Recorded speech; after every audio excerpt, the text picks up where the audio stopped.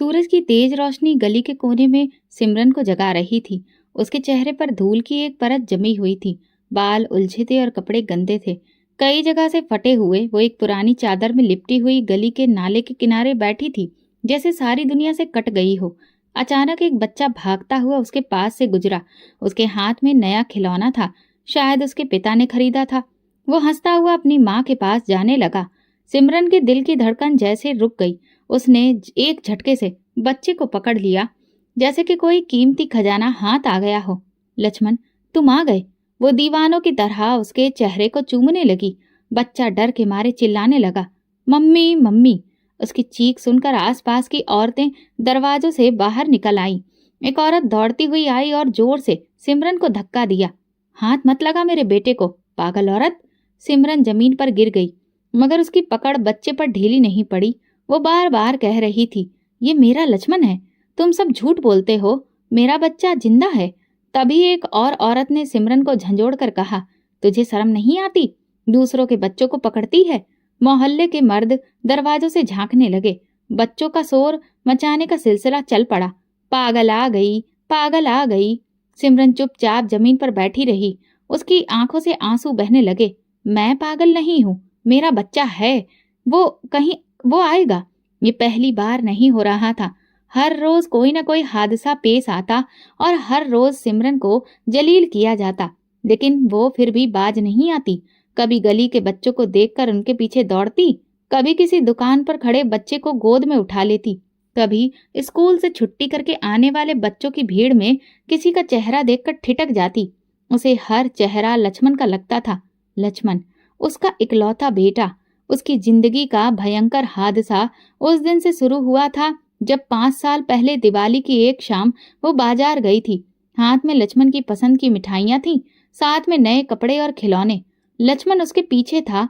एक लम्हे को उसने पीछे मुड़कर देखा तो लक्ष्मण था, लेकिन अगले ही पल वो गायब हो गया।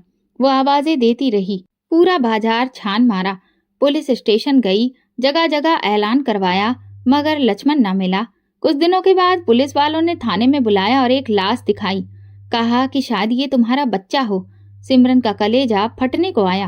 वो चिल्लाकर बोली, नहीं, ये मेरा लक्ष्मण नहीं है, मेरा बच्चा जिंदा है, वो मुझे जरूर मिलेगा। लोगों ने समझाया, बहन वक्त के साथ सब्र कर लो, किस्मत के आगे किसी का जोर नहीं चलता। लेकिन माँ के दिल को यकीन नहीं आया और धीरे धीरे उसका मानसिक संतुलन बिगड़ने लगा। पहले पहल तो वो रातों को जागती रहती, दरवाजा खुला छोड़कर बैठी रहती, जैसे लक्ष्मण अभी वापस आ जाएगा। मोहल्ले के लोग शुरू में तरस खाते थे, लेकिन फिर उनका रवैया बदल गया। बच्चों को खबरदार किया जाने लगा, सिमरन पागल हो चुकी है, उससे दूर रहना। एक दिन वो मंदिर के आंगन में पहुंची और पंडित जी से कहने लगी, भगवान तो माँ की ममता देखते हैं ना, फिर मुझे मेरा बेटा क्यों नहीं मिला? मैंने तो हर रोज प्रार्थना की, कई व्रत रखे, फिर मुझे ये सजा क्यों मिली? पंडित जी की आंखें नम हो गईं। भोले भगवान की लीला अपरंपार होती है। तू मायूस मत हो, सब्र रख। अगर तेरा बेटा जिंदा हुआ तो भगवान तुझे जरूर मिलाएगा। ये बात सिमरन के दिल में बैठ गई। उसने यकीन कर लिया कि भगवान जरूर उसे उसका बेटा वापस करेगा। मगर मोहल्ले वाले उस पर हंसते थे, उसके पागलपन के किस्से सुनाते, बच्चों को डराते। अगर शरारत करोगे तो सिमरन पकड़ लेगी। और आज वो फिर एक बच्चे को लक्ष्मण समझ बैठी थी, मगर इस बार लोगों के हाथों उसके शरीर पर नीले निशान छोड़ दिए गए थे। वो चुपचाप घर लौटी, जो अब बस एक कमरा ही रह गया था। टूटी खिड़कियां, दरारों वाली दीवारें और एक पुराना बिस्तर, जिस पर वो लक्ष्मण के पुराने कपड़े रखकर सोती थी। आज वो देर तक रोती रही। पुराने एल्बम निकाले, लक्ष्मण की 5 साल की उम्र की तस्वीर देखकर हाथों से सहलाने लगी। बस एक बार आ जाओ लक्ष्मण, एक बार। तभी दूर से मंदिर की घंटियों की आवाज आई। वो उठी और भगवान के आगे सिर झुकाकर बैठ गई। हे भगवान, मैं सबके सामने पागल हूँ, मगर तुम तो जानते हो ना कि मैं पागल नहीं हूँ। मैं एक माँ हूँ, सिर्फ माँ। और आंसुओं के साथ उसकी दुआ फिर से एक उम्मीद में ढल गई, एक वादे में जो सिर्फ एक माँ अपने भगवान से करती है, जिसकी दर्द की इंतहा को सिर्फ भगवान जानता है। सिमरन के लिए सारी दुनिया बिल्कुल खामोश बन चुकी थी। हर चेहरा उसके लिए गैर था और हर दिल में नफरत। लेकिन वो फिर भी रोज गलियों में निकलती, किसी चेहरे, किसी हंसी, किसी आवाज में अपने लक्ष्मण को ढूंढती। एक रोज जब वो कूड़े के ढेर के पास पहुंची तो उसके पांव अचानक से रुक गए। एक छोटा सा सफेद रंग का बिल्ली का बच्चा मरा हुआ पड़ा था। सिमरन तेजी से आगे बढ़ी, जमीन पर बैठकर उसे गोद में ले लिया। लक्ष्मण, उसने काफी दर्द भरी आवाज में कहा, तुम यहाँ थे, मुझे पता था तुम मुझे इस तरह से अकेला छोड़कर नहीं जाओगे। उसने बिल्ली के बच्चे के सिर पर प्यार किया और जोर जोर से रोने लगी। देखो, माँ ने तुम्हें ढूंढ लिया, अब हम अकेले नहीं रहेंगे। मोहल्ले की एक लड़की छत से ये सारा नजारा देख रही थी। वो तुरंत नीचे भागी और बाकी लोगों को जानकारी दी। सिमरन ने कचरे से कोई जानवर उठा लिया है और उसे लक्ष्मण कह रही है। सिमरन ने मरी हुई बिल्ली को चादर में लपेटकर गोद में लिया और धीरे धीरे अपने कमरे की तरफ रवाना हो गई। रास्ते में लोगों की नजरें उस पर जमी हुई थीं। कुछ लोग हंस रहे थे, कुछ आंखों के किनारे से देख रहे थे, मगर वो किसी को देखे बिना अपने टूटे फूटे दरवाजे के पीछे गायब हो गई। घर पहुंचकर उसने बिल्ली को एक पुराने कपड़े से साफ किया, एक टूटी बाल्टी में पानी भरकर उसे नहलाया और अपनी बिस्तर की चादर बिछाकर उस पर लिटा दिया। लक्ष्मण, तुम थक गए हो ना? आराम करो बेटा, मैं तुम्हारे लिए खाना लाती हूँ। वो कभी बिल्ली को पंखा झलती, कभी उसके सिर पर हाथ फेरती और कभी धीरे धीरे लोरी गाती, जैसे बरसों बाद माँ की ममता को कोई सहारा मिला हो। 2 दिन गुजरे। सिमरन ने घर से बाहर कदम नहीं रखा। मोहल्ले वालों को कुछ अजीब सा महसूस होने लगा और फिर तीसरे दिन बदबू ने पूरे मोहल्ले को अपने लपेटे में ले लिया। सिमरन के कमरे से एक अजीब सी महक उठ रही थी। दरवाजे बंद थे, खिड़कियों से झांकती हुई कपड़ों की सिलवटें दिख रही थी। चौथे दिन सुबह मोहल्ले की कुछ औरतें और 2-3 मर्द जमा हुए। किसी ने कहा, कहीं इस औरत ने कुछ गलत तो नहीं कर लिया है। उन्होंने दरवाजा खटखटाया, कोई जवाब नहीं आया। फिर जोर से दरवाजा पीटा गया। सिमरन, दरवाजा खोलो। अब एक लड़का जोर से धक्का देने लगा। 1, 2, 3 दरवाजा खुल गया। सामने का मंजर सबको हिलाकर रख देने वाला था। सिमरन फर्श पर बैठी थी, गोद में वही मरी हुई बिल्ली का बच्चा, और वो उसे अब भी सीने से लगाए बैठी थी। मेरे लक्ष्मण को हाथ मत लगाना, वो बीमार है लेकिन जिंदा है। मैंने उसे नहलाया है, उसे दवा भी दी है, वो जल्दी ठीक हो जाएगा। मोहल्ले वाले एक पल को चुप हो गए।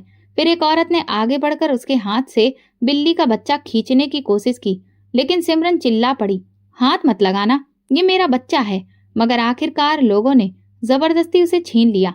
एक लड़के ने रूमाल से नाक ढकी और फिर उसे बाहर लेकर दफनाने के लिए ले गए। सिमरन अब जमीन पर हाथ मार रही थी। मेरा लक्ष्मण, तुमने फिर मुझसे छीन लिया। मैंने कहा था ना मत छीनो। तुम लोग बुरे लोग हो, जालिम हो। अब मोहल्ले वाले गुस्से में थे। ये औरत पागलपन में हरकतें कर रही है, कल को किसी जिंदा बच्चे को नुकसान न पहुंचा दे। ऐसे लोगों का मोहल्ले में क्या काम। मोहल्ले के कुछ मर्दों ने फैसला किया कि सिमरन को यहाँ से जाना होगा। उसे कहा गया, तुम्हें अब यहाँ रहने नहीं दिया जा सकता। सिमरन चुप हो गई, आंखों में खालीपन, चेहरे पर दुख और होठों पर हल्की सी बड़बड़ाहट। ठीक है, मैं जा रही हूँ, लक्ष्मण को लेकर कहीं और जा रही हूँ, जहाँ कोई हमें पहचान न सके। वो चुपचाप अपनी चादर समेटती है, दरवाजे की तरफ देखती है और बिना पलटे मोहल्ले से निकल जाती है। उसके कदम लड़खड़ा रहे थे, लेकिन उसके दिल में एक उम्मीद थी, मैं लक्ष्मण को जरूर ढूंढूंगी, चाहे वो किसी बिल्ली की शक्ल में हो या किसी बच्चे की आवाज में या किसी सपने की गली में। मोहल्ले वालों ने चैन की सांस ली, मगर आसमान ने सिमरन की तन्हाई पर भी नजर डाली, जैसे भगवान भी खामोश होकर उसके सब्र को देख रहा हो। ये सब कुछ मंदिर के पुरोहित जी ने भी देखा था। उनकी नजर में वो मंजर अभी भी ताजा था। वो औरत जो रोज पूजा पाठ के लिए आती थी, जो मंदिर की सफाई में हिस्सा लेती थी, मोहल्ले की औरतों को धर्म की बातें सिखाती थी, आज उसी मोहल्ले की जमीन पर बेइज्जत होकर निकल रही थी। पुरोहित जी के दिल में कुछ हलचल हुई।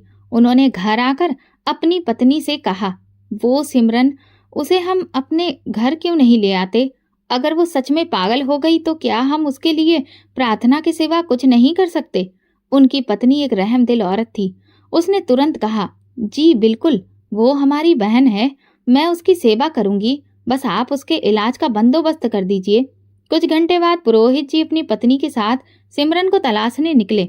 मोहल्ले से कुछ ही दूरी पर एक पुराने पीपल के पेड़ के नीचे वो चुपचाप बैठी थी, आंखें किसी गहरी सोच में डूबी थी।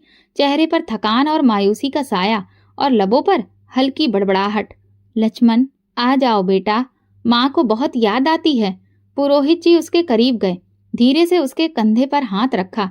सिमरन बहन, चलो हमारे साथ, हमारे घर चलो। सिमरन ने नजर उठाई, एक पल को किसी पहचानने की कोशिश की, फिर धीरे से सिर हिलाया, जैसे उसकी थकी हुई आत्मा को कुछ सुकून मिल गया हो। पंडित जी की पत्नी ने उसे नहलाया, साफ कपड़े पहनाए, सिर में तेल लगाकर बालों की चोटी बनाई।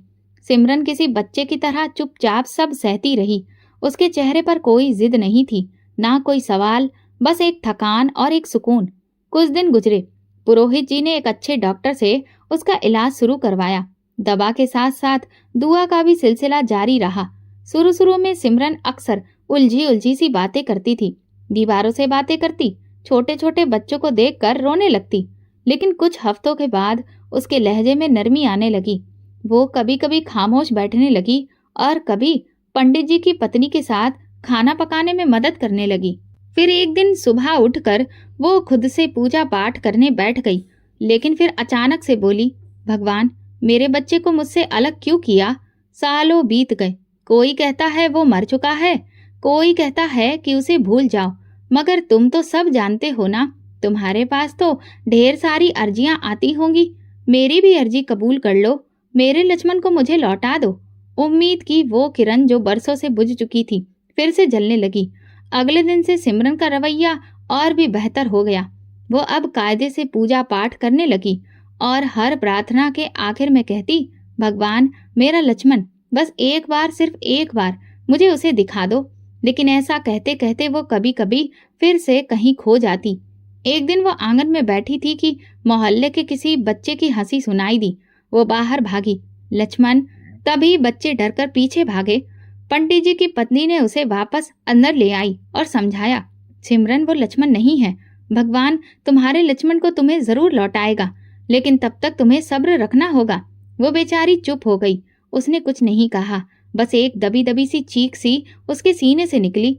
इलाज जारी था, दवा, दुआ, प्यार, सब कुछ उसे मिल रहा था, लेकिन लक्ष्मण की कमी एक ऐसी चोट थी जो कभी भर ही नहीं सकती थी। कभी रात के वक्त जब सब सो रहे होते तो सिमरन छत पर जाती और आसमान की तरफ देखकर बोलती, भगवान, मुझे लक्ष्मण के ही सपने दिखा दो ताकि मेरे दिल को सुकून मिले। और एक रात वो सपना आ ही गया। सिमरन ने देखा कि वो एक सरसों के खेत में खड़ी है। सामने से एक नन्हा सा बच्चा दौड़ता हुआ आ रहा है, सफेद रंग की कमीज पहने, मासूम हंसी और आंखों में माँ के लिए प्यार लिए। वो दौड़कर सिमरन के गले लग जाता है। माँ, मैं आ गया। सिमरन की आंख खुल गई। वो अचानक से उठी और हंसने लगी और फिर रोने लगी। पंडित जी और उनकी पत्नी भाग कर आए। क्या हुआ सिमरन बहन? वो बोली, वो आया था, मेरा लक्ष्मण, सपने में आया था, मुझे गले लगाकर कहा, माँ मैं आ गया। पंडित जी ने उसके सिर पर हाथ फेरा।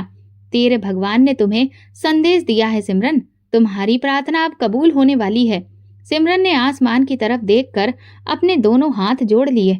भगवान, मैं जानती हूँ तुम मेरी सुन रहे हो, तुम जरूर मुझे मेरे लक्ष्मण से मिलाओगे, क्योंकि तुम्हारे साथ रोशनी भी दिखाई दी थी, जैसे माँ का दिल फिर से धड़कने लगा हो। उम्मीद के साथ नवरात्रि शुरू होने वाले थे। हवा में एक अजीब सा सुकून उतर आया था। गलियों में रोशनी अधिक थी। मंदिरों से आने वाली भजनों की आवाज और व्रत रखने वालों की प्रार्थनाओं से एक खास माहौल बन गया था। सिमरन के अंदर भी कुछ बदलने लगा था। वो भी व्रत रखती और माता रानी की पूजा करती। उस वक्त वो आंसू बहाकर उनसे प्रार्थना करती। मंदिरों में औरतों की लंबी कतारें लगी थी। सिमरन भी पंडित जी की पत्नी के साथ शामिल थी। पंडित जी ने सभी से कहा, जो भी सच्चे दिल से माँ को याद करेगा, उनकी पूजा करेगा, उसकी प्रार्थनाएं कभी खाली नहीं जाएंगी।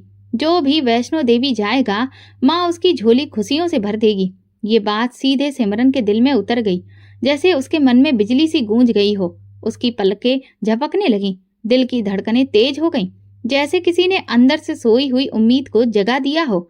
आरती के बाद जब सब औरतें प्रार्थना कर रही थी, सिमरन का चेहरा लाल हो गया। उसने हाथ जोड़ लिए और अचानक बोल पड़ी, हे माँ, मुझे भी अपने घर बुलाओ ताकि मैं तुमसे अपने बेटे को मांग सकूं। मेरा दिल सालों से टूटा है और अब मैं तुम्हारे दरवाजे पर आकर उसे मांगना चाहती हूँ और कम से कम 500 कन्याओं को भोजन कराना चाहती हूँ। उस दिन के बाद सिमरन पूरी तरह से बदल गई। वो रोज मंदिर जाती, हर आरती के बाद माता रानी से प्रार्थना करती और दिन रात उन्हें पुकारती। पंडित जी की पत्नी ने एक दिन पूछा, सिमरन क्या तुम वाकई वैष्णो देवी जाना चाहती हो? क्योंकि हम बहुत गरीब लोग हैं और इतनी दूर जाना, फिर तुमने जो संकल्प लिया है कि तुम 500 कन्याओं को भोजन कराओगी, इस सब के लिए ढेर सारे पैसों की जरूरत है। ये सब कुछ बहुत मुश्किल है। सिमरन ने बेझिझक होकर जवाब दिया, माँ के घर जाने के लिए मैं सब कुछ लुटा दूंगी।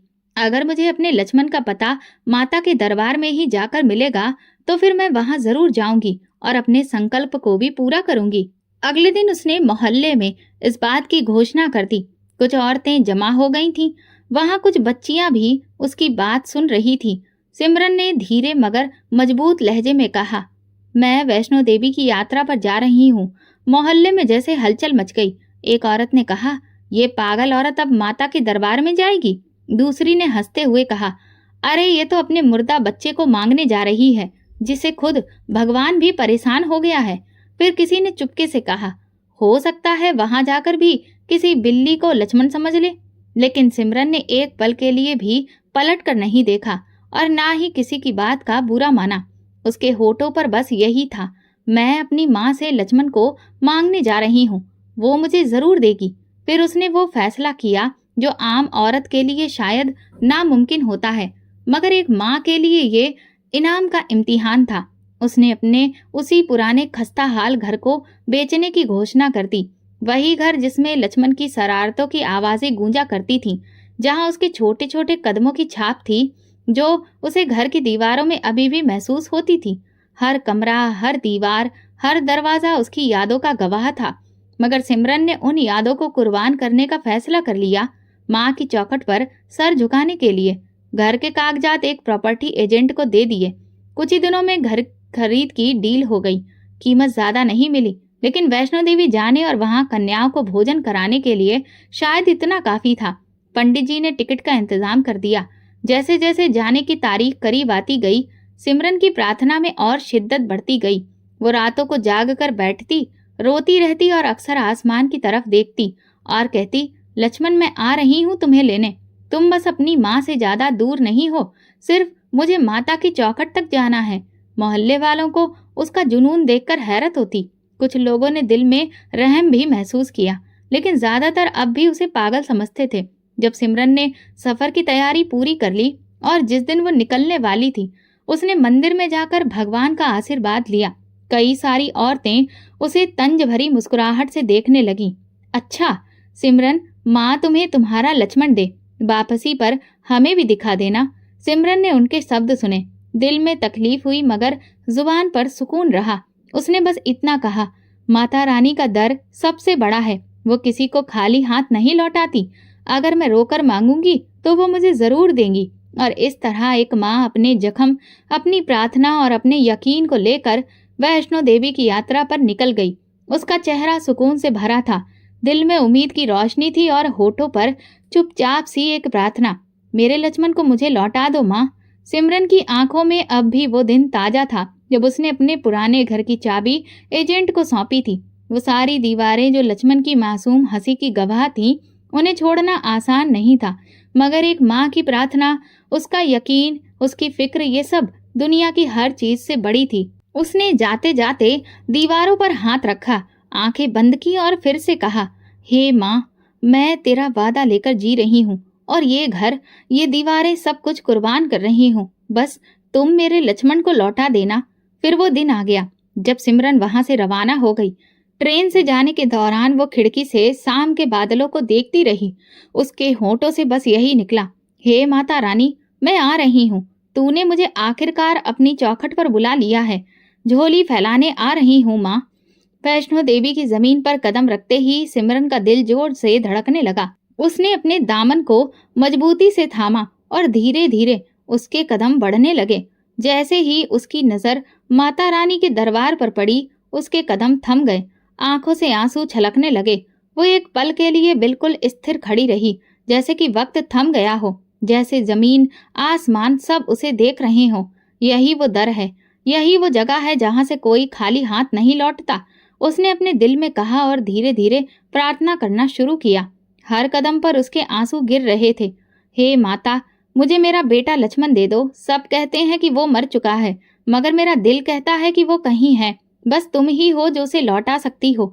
तुम हर राज को जानती हो माँ। मैं तुम्हारे दर पर आई हूँ सिर्फ एक माँ बनकर। वो माँ के सामने जोर जोर से रोने लगी। तुम ही मेरे दिल के जख्मों को जानती हो। अगर तुम नहीं सुनोगी तो कौन सुनेगा? सबने मुझे पागल कहा, सबने मुझे दुत्कारा। मैंने सब कुछ छोड़ दिया, अपना घर, अपनी जिंदगी तुम्हारे हवाले कर दी। अब तुम मेरी झोली खाली मत लौटाना। वो पूरी शिद्दत से रो रही थी। आसपास मौजूद लोग उसकी हालत देख रहे थे। एक बार मेरे बच्चे को मेरे सामने ला दो। उसने अपना सर जमीन पर टिका दिया और आंसू जमीन पर गिरते रहे। अगर मैं यहाँ से खाली वापस गई तो शायद मेरा दिल फिर से जीने के काबिल नहीं बचेगा। तुम तो बहुत ही दयावान हो माँ। घंटों गुजर गए मगर सिमरन ने अपना सर नहीं उठाया। काफी देर रो लेने के बाद जब उसे थोड़ी शांति मिली तब उसने अपनी जो मन्नत मांगी थी, कन्याओं को खाना खिलाने की, उसकी तरफ पहला कदम बढ़ाया और अपनी बात को पूरा किया। सुबह से रात हो गई। वो बुरी तरह से थक चुकी थी। इसके बाद वो होटल के कमरे में लौट आई। उसका चेहरा अभी भी आंसुओं से भीगा हुआ था। वो एक बार फिर से कहने लगी, हे भगवान, यहाँ मैं अपने बेटे के लिए आई हूँ। अगर वो जिंदा है तो मुझे उसके तक पहुँचा दो, और अगर वो सच में इस दुनिया में नहीं है तो उसकी कोई खबर ही मुझ तक पहुँचा दो। लेकिन मेरी ममता का इस तरह से इम्तिहान मत लो।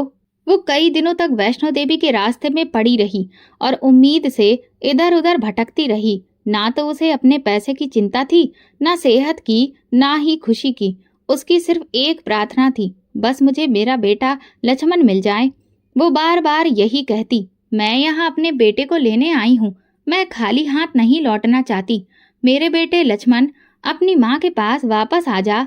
लेकिन सिमरन की प्रार्थना वैसी की वैसी ही बनी रही। फिर धीरे धीरे यात्रा का अंतिम दिन नजदीक आने लगा। सिमरन के चेहरे पर ना कोई थकान थी और ना ही कोई खास उम्मीद, क्योंकि उसका ईमान अब भी कह रहा था, मेरा भगवान मुझे खाली हाथ नहीं लौटाएगा। यात्रा पूरी होने के बाद वो वापस लौटी।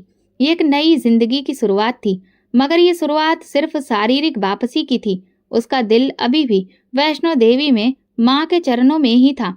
ट्रेन से उतरते वक्त उसकी आंखें बार बार बंद होती, जैसे भगवान से फिर प्रार्थना कर रही हों, हे भगवान, तुमने जरूर मेरी पुकार सुनी होगी। अब तो तुम कुछ ना कुछ कर ही दोगे।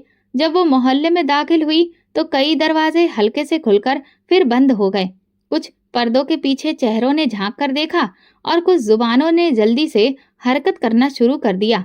आ गई ये भी वैष्णो देवी की यात्रा करके। अरे वही पागल औरत ना, जो लक्ष्मण लक्ष्मण करती फिरती है।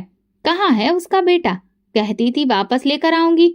मोहल्ले की कुछ औरतें दरवाजे पर आकर खड़ी हो गईं। उनके लहजे में तंज था, आंखों में तेजी। एक औरत ने तेज आवाज में कहा, सिमरन, क्या हुआ? माता रानी ने तुम्हारी नहीं सुनी? तुम वहां से खाली हाथ ही लौट आई। दूसरी ने हंसते हुए कहा, अरे चलो, कम से कम दिमाग का इलाज तो हो गया होगा। सिमरन ने उनकी तरफ नहीं देखा। उसने नजरें झुकाकर दरवाजे से आगे कदम बढ़ाए, जैसे वो किसी और ही दुनिया की ओर जा रही हो, जैसे ये बातें अब उसके लिए कोई मायने नहीं रखती थी। उसने मोहल्ले के आखिरी कोने में एक छोटा सा कमरा किराए पर लिया, जिसमें एक पुराना दरवाजा, एक टूटी हुई खिड़की और धीमी सी रोशनी थी। अब यही उसका नया घर था, एक कमरे का मकान, अकेलेपन का नया ठिकाना। सिमरन ने चुपचाप फर्श पर एक चटाई बिछाई, 2 जोड़ी कपड़े कोने में रखे और अपने साथ लाई हुई कुछ धार्मिक किताबें वहीं रख दी। दिन का ज्यादातर वक्त वो पूजा पाठ में ही बिताने लगी। सुबह के समय वो सिद्ध मंदिर जाती और बार बार भगवान से प्रार्थना करती। ना तो उसका कोई खाने पीने का ठिकाना था, ना ओढ़ने पहनने का सलीका। कभी एक रोटी, कभी चाय का एक कप, लेकिन उसे कोई शिकायत नहीं थी। मोहल्ले की औरतें अब भी बातें करती, ये उम्र भर ऐसी ही रहेगी, इसका कोई इलाज नहीं है। शायद अब तो ये मान ले कि लक्ष्मण वापस नहीं आएगा। मगर सिमरन के कान उन आवाजों से बंद हो चुके थे। उसके दिल में अब भी उम्मीद थी। कभी कभी वो सपने में लक्ष्मण को देखती, जो खूब हंसता खेलता। मन में आता वो आ रहा है, और फिर आंख खुलते ही वो फिर से प्रार्थना करने लगती, भगवान, मेरे सपने को सच्चाई बना दो, सिर्फ एक बार के लिए ही सही। एक दिन पंडित जी की पत्नी उससे मिलने आई। उसने सिमरन को गले लगाया और कहा, सिमरन बहन, तुम बहुत हिम्मत वाली हो। मैंने पहली बार किसी माँ को इतना सब्र करते हुए देखा है। सिमरन ने मुस्कुराकर जवाब दिया, मुझे भगवान पर यकीन है, इसीलिए मेरी जिंदगी बोझ नहीं बन रही। और जिस दिन मुझे लक्ष्मण की याद आती है, मेरा दिल हर दिन भगवान से और जुड़ जाता है। उन्होंने उसके लिए कुछ खाने पीने की चीजें छोड़ी और जाते हुए पूछा, क्या तुम्हारा कभी दिल नहीं करता लोगों से बात करने का? सिमरन ने सिर हिलाया। लोग अब बात नहीं करते, सिर्फ ताने कसते हैं, मगर मैं जानती हूँ कि वे भी बदलेंगे। जिस दिन भगवान मेरे लक्ष्मण को वापस लौटा देगा। और फिर वो दोबारा पूजा पाठ में बैठ गई, जैसे वो इस दुनिया से कट चुकी हो और अब सिर्फ भगवान से जुड़ी हो।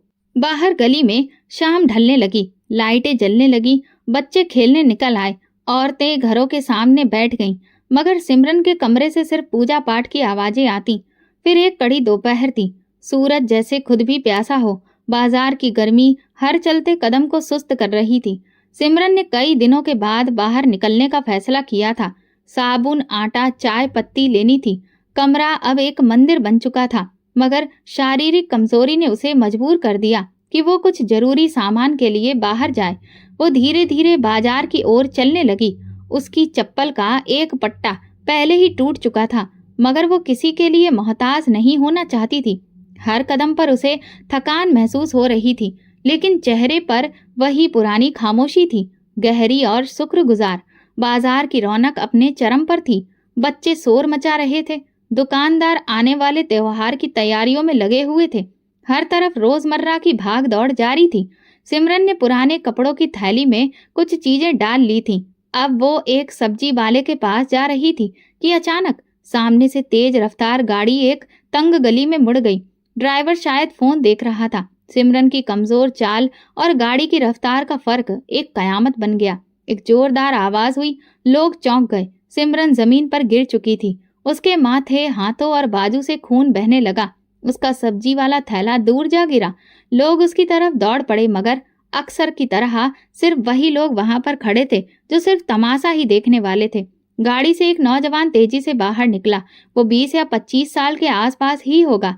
सफेद शर्ट, नीली जीन्स, माथे पर फिक्र की लकीरें। उसने लपक कर सिमरन को संभाला। उसकी हालत देखकर उसने एक पल भी बिना गवाए चीख कर कहा, कोई एम्बुलेंस को फोन करे, जल्दी। मगर लोग अभी तक तमाशा देख रहे थे। फिर उसने खुद सिमरन को गोद में उठाकर अपनी ही गाड़ी की पिछली सीट पर लेटा दिया। उसके चेहरे पर एक अजनबी होने से भी ज्यादा की फिक्र दिख रही थी। अस्पताल पहुंचते ही सिमरन को फौरन इमरजेंसी वार्ड में ले जाया गया। नर्सों ने कहा, खून बहुत बह चुका है, फौरन ट्रांसफ्यूजन की जरूरत है। नौजवान ने तुरंत कहा, मेरा खून ले लीजिए, ब्लड ग्रुप ओ नेगेटिव है। नर्स ने देखा, यही इस मरीज का भी है। कुछ लम्हों के बाद उसके शरीर से निकला खून सिमरन की रगों में दाखिल हो रहा था। सिमरन बेहोश थी।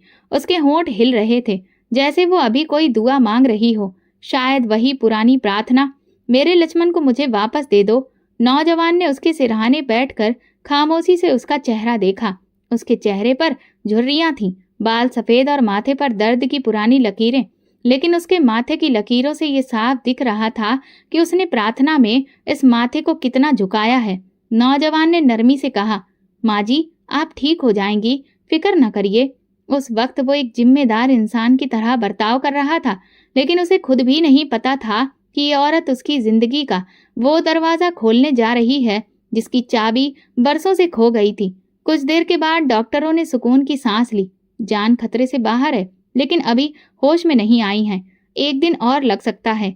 नौजवान ने कैबिन के बाहर वाली बेंच पर जाकर बैठना चाहा, लेकिन जैसे ही उसने खुद को ढीला छोड़ा और आंखें बंद की, उसके दिल में एक अजीब सी हलचल हुई।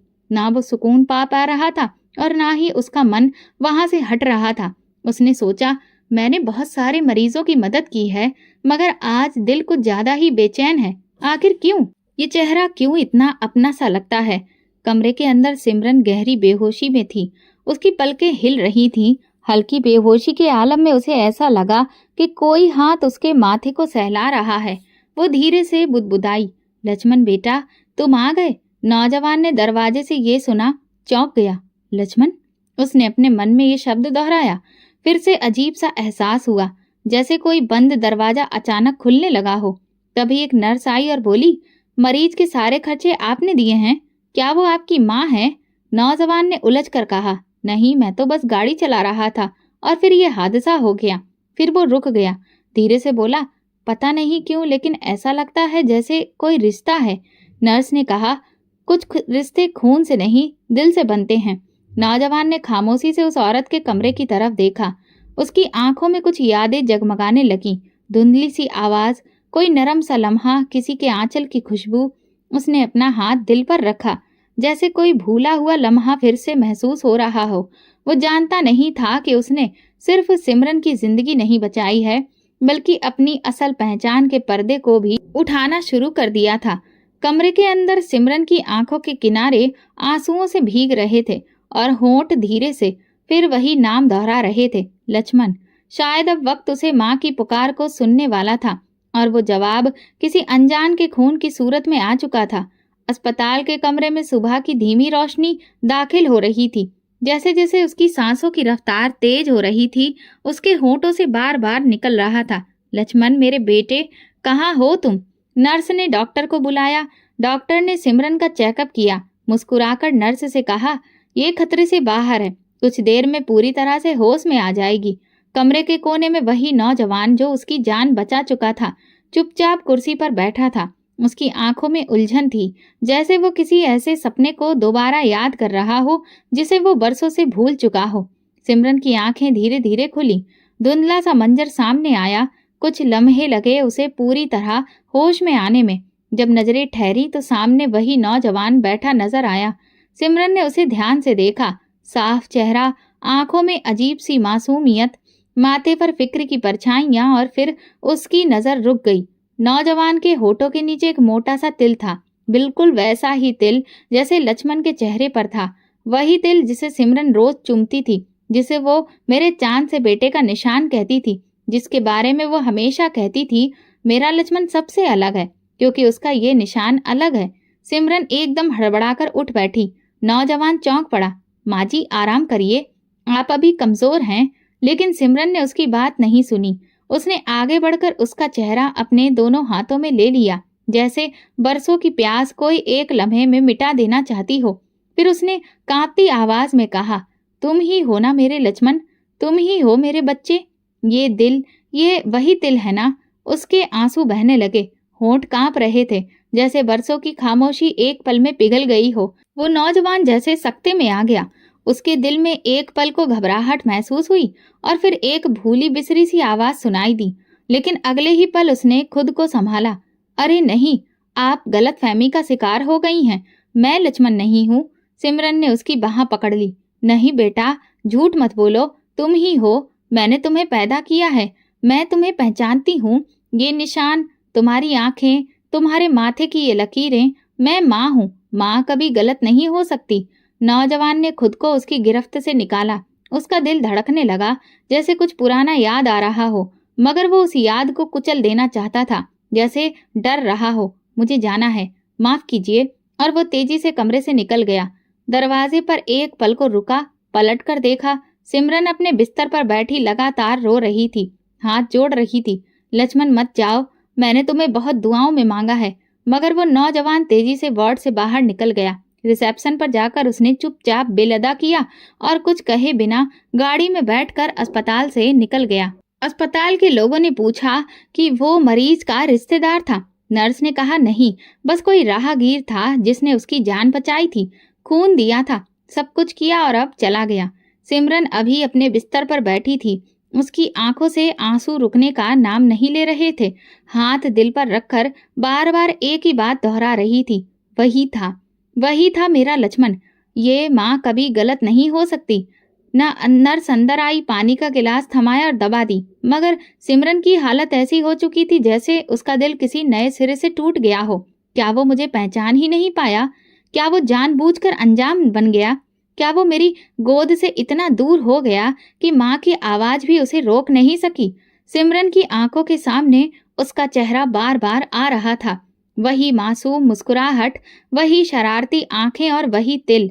नहीं, वो मेरा ही लक्ष्मण है। मैं अपनी आत्मा की गहराइयों से उसे जानती हूँ। माता रानी ने मेरी प्रार्थना सुन ली है। बस ये पल परीक्षा का है। वो जान गई थी कि भगवान ने उसकी झोली खाली नहीं लौटाई, लेकिन उसे कहानी का अगला हिस्सा अभी बाकी था। दूसरी तरफ गाड़ी में बैठा वो नौजवान सारे रास्ते चुप था, लेकिन उसके दिल में तूफान उठा था। कौन थी वो औरत? उसकी बातों में अजीब सा सुकून क्यों था? उसकी बातें मेरे दिल को क्यों छू गईं? ये तिल, ये निशान, क्या वाकई मेरी पहचान है? दिल के किसी कोने से एक आवाज सी उठने लगी, तुम ही हो उसके लक्ष्मण, तुम ही हो। लेकिन अभी भी वो आवाज बहुत धीमी थी और सच्चाई से भागने वाले कदमों को रोकने के लिए वक्त को एक और मोड़ लेना बाकी था। अस्पताल के बिस्तरों की चादरें बदली जा चुकी थीं। दवा की खुशबू अब और भी ज्यादा तेज हो चुकी थी। मगर सिमरन के दिल में वो पल अभी भी ताजा था जब उसने पहली बार नौजवान के चेहरे पर अपने लक्ष्मण की परछाई देखी थी। जब उसके होठों के नीचे वही मोटा सा तिल दिखाई दिया था जो बरसों से उसकी याद का निशान था। मगर वो नौजवान पलट कर नहीं आया। जब सिमरन को अस्पताल से छुट्टी मिली तो वो दरवाजे के बाहर कई पलों के लिए खड़ी रही। नजरें इधर उधर दौड़ती रहीं। शायद वो यही कहीं छुपा खड़ा हो, शायद वो पलट कर आए, मगर कोई नहीं आया। वो एक बार फिर अकेली थी। वो वापसी के रास्ते पर कदम रख चुकी थी, मगर हर कदम उसके दिल को और ज्यादा बोझिल कर रहा था। दूसरी तरफ नौजवान जिसका दिल अब बेचैन था, जिसने खुद को अनजान दिखाया था मगर अंदर से टूट चुका था। जब वो घर पहुंचा तो काफी देर तक खुद को आईने में देखता रहा। उसने अपने चेहरे को छुआ, होठों के नीचे के तिल पर उंगली रखी जैसे वो पहचान की कोई निशानी बन गया हो। फिर उसे याद आने लगा कि बचपन में जब वो 5 या 6 साल का था तो उसे एक औरत से अलग किया गया था। एक धुंधला सा मंजर, एक तंग सी गली, एक हाथ जो जोर से खींच रहा था, एक औरत की चीखें जो पीछे से आ रही थीं और वो औरत जो बार बार एक ही बात दोहरा रही थी, लक्ष्मण लक्ष्मण। उसने सिर को झटक दिया जैसे वो यादें भगा देना चाहता हो, मगर वे यादें अब धुंधली नहीं रही थीं, वे साफ हो रही थीं। उसे याद आया कि बचपन में उसे एक नए घर में ले जाया गया था। वहां एक मर्द और औरत ने उसे बेटा कहकर गोद में बैठाया था। वे उसे प्यार करते थे, लेकिन उनकी गोद में वो ममता नहीं थी, वो माँ जैसी महक नहीं थी जो सिमरन के वजूद से निकलती थी। दिल में बेचैनी बढ़ती जा रही थी। वो जानना चाहता था कि आखिर ये सब क्या है। उसने अपने बचपन की फाइलें निकाली, पुराने कागजात, डॉक्यूमेंट्स, सब कुछ जो उसे गोद लिए जाने की कहानी के बारे में बताया गया था।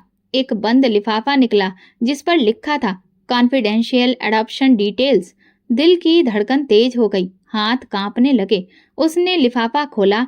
एक पुरानी तस्वीर गिरी, एक छोटे बच्चे की जिसने सफेद रंग की कमीज और काले रंग की पैंट पहनी थी और होठों के नीचे वही मोटा सा तिल चमक रहा था। तस्वीर के नीचे लिखा था name at birth Lakshman, son of Simran. उसकी सांस रुकने लगी, आंखों में नमी उतर आई। उसने बाकी के कागज आगे देखे, एक पुलिस रिपोर्ट, एक अखबार की कटिंग। 5 साल का लक्ष्मण बाजार से अगवा हो गया। माँ का रो रो कर हार बेहाल, हाथों से फाइल गिर गई। दिल के अंदर एक जोरदार धड़कन हुई, जैसे बरसों से बंद दरवाजा किसी तूफान के साथ खुल गया हो। वो जमीन पर बैठ गया, चेहरा हाथों में छुपा लिया। बस एक ही शब्द निकला, माँ। उसकी यादें पूरी हो चुकी थी। मन में जो धुंधलापन था वो साफ हो गया था। उसे सब याद आ गया। वो औरत जो रोज उसे गोद में लेकर झूला झुलाती थी, वो लोरी जो रात को सोने से पहले गाती थी, वो सब सिमरन की ममता थी, उसकी माँ की जिसे उससे सब छीन लिया गया था। और अब बरसों बाद जब भगवान ने रास्ता बनाया तो सिमरन को उसके करीब भेज दिया। वो उसे न सिर्फ मिला बल्कि उसी ने उसकी जान बचाई। शायद ये भगवान की तरफ से उसकी प्रार्थना का पहला इनाम था। नौजवान ने विदेशी गाड़ी निकाली और उसके मन में एक ही ख्याल था, मुझे वापस जाना है माँ के पास, जिन्हें मैं अब तक अनजान समझता था। वही मेरी अपनी माँ है। रास्ते में गाड़ी तेज चल रही थी। दिल में बेचैनी थी, आंखों में नमी और एक इरादा, अब मैं उन्हें कभी अकेला नहीं छोड़ूंगा। और दूसरी तरफ सिमरन कमरे में बैठकर रो रही थी। उसके सामने वही तस्वीर बार बार आ रही थी, वो हंसता हुआ चेहरा, वो तिल, वो आवाज जो बरसों से उसकी दुआओं में गूंज रही थी। वही मेरा लक्ष्मण था। हे भगवान, तुमने मुझे उसके पास भेज तो दिया, लेकिन फिर तुमने उसे मुझसे छीन क्यों लिया? मगर उसे क्या खबर थी कि भगवान ने सिर्फ एक इम्तिहान लिया था और अब वो वक्त अब पास ही था। उसी पल सिमरन की बरसों की पुकार को उसका जवाब मिलने वाला था। बहुत जल्द माँ और बेटा फिर से एक होने वाले थे।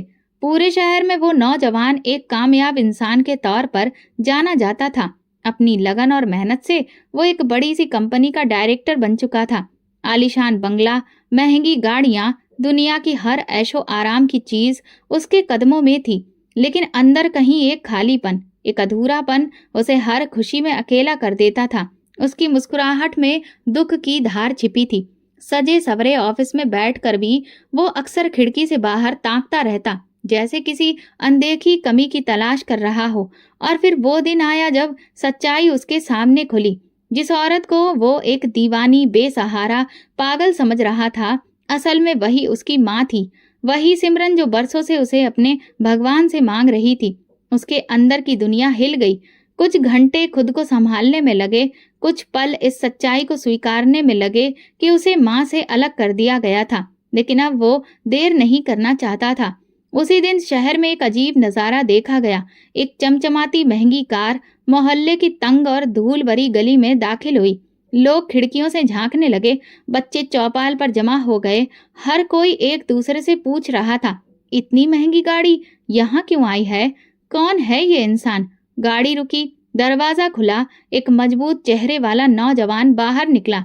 उसके चेहरे पर एक अजीब सा सुकून था और आंखों में नमी। लोग अभी भी समझ नहीं पा रहे थे कि क्या होने जा रहा है। वो नौजवान बहुत तेज कदमों से उस छोटे से कमरे की ओर बढ़ा, जिसकी दीवारें बरसों से सिर्फ प्रार्थनाएं ही सुनने की गवाह थी। सिमरन उस वक्त पूजा पाठ करने बैठी थी। तभी दरवाजा बजा। सिमरन ने चौंक कर उठाया, जैसे दिल ने धड़कर कर खबर दी, ये वही है। दरवाजा खुला, आंखों के सामने वही चेहरा, वही तिल, वही वजूद जिसके लिए उसने बरसों आसमान के सामने हाथ उठाए थे। लक्ष्मण ने आगे बढ़कर माँ को गले लगा लिया, मन में बस एक ही बात, मैं आ गया हूँ माँ, मैं लक्ष्मण हूँ, आपका बेटा।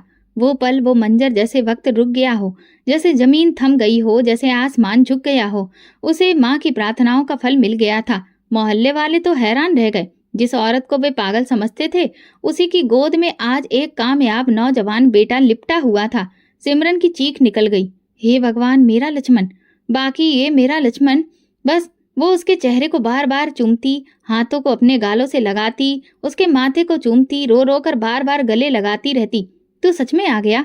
भगवान ने सच में मेरी प्रार्थना सुन ली? मोहल्ले की औरतें जिन्होंने कभी तंज कसे थे, उसकी हंसी उड़ाई थी, अब भी चुपचाप खड़ी थी। बच्चे भी अपनी माँ को गले लगा चुके थे। बेटे को देखकर वे लोग अपनी उंगलियां दांतों में दबा चुके थे। और सिमरन, उसकी जुबान पर अब कोई शिकायत नहीं थी। वो एकदम से खड़ी हुई और फिर से भगवान के आगे झुक गई। हे माता रानी, तुमने मेरी झोली भर दी, तुमने मुझे मायूस नहीं किया। सारा मोहल्ला इस मंजर का गवाह बन गया। जिस औरत को वे पागल समझते थे, आज वही सबसे सच्ची, सबसे बड़ी माँ साबित हुई। पंडित जी की पत्नी खामोशी से सिमरन के पास आई, उसके पास आंसू पोंछे और कहा, माता रानी ने तुम्हारे सब्र का फल दिया है बहन, हम सब गवाह हैं तुम्हारे भगवान की कुदरत के। लक्ष्मण ने सिमरन का हाथ थामा और कहा, माँ, अब आपको मैं कभी अकेला नहीं छोड़ूंगा। मेरे हर लम्हे में आप होगी, मेरी हर खुशी आपके कदमों में होगी। सिमरन ने उसके हाथ को सीने से लगाया और आसमान की तरफ देखा। हे भगवान, तुम बहुत बड़े दिल वाले हो, तुमने अपना वादा पूरा किया, तुम सच में दिलों की सुनने वाले हो। मैं इस बात की गवाह हूँ कि तुम कभी प्रार्थनाओं को खाली नहीं जाने देते। फिर धीरे धीरे मोहल्ले वाले आगे बढ़े। कुछ ने हाथ जोड़े, कुछ ने आंखें पोंछी और सबने दिल से कहा, वाकई भगवान की कुदरत सबसे बड़ी है। वो दिन न सिर्फ सिमरन की जिंदगी का सबसे बड़ा दिन था, बल्कि पूरे मोहल्ले के लिए एक मिसाल बन गया था। भगवान की राहें कभी बंद नहीं होती, माँ की दुआ कभी खाली नहीं जाती। और लक्ष्मण, जो एक कामयाब इंसान था, आज पूरा हो गया था माँ की गोद में बैठकर। और इस तरह ये कहानी पूरी हुई, जहाँ भगवान ने एक माँ की प्रार्थनाओं की लाज रखी और उसकी झोली भर दी। तो दोस्तों, अगर आपको हमारी कहानी पसंद आई हो तो प्लीज़ कमेंट करके ज़रूर बताइएगा और इस वीडियो को ज़्यादा से ज़्यादा शेयर करिए और लाइक भी करिए। अगर आप चैनल पर नए हैं तो सब्सक्राइब जरूर करें और नोटिफिकेशन बेल दबाएं ताकि अगली अपडेट सबसे पहले आपको मिले। धन्यवाद।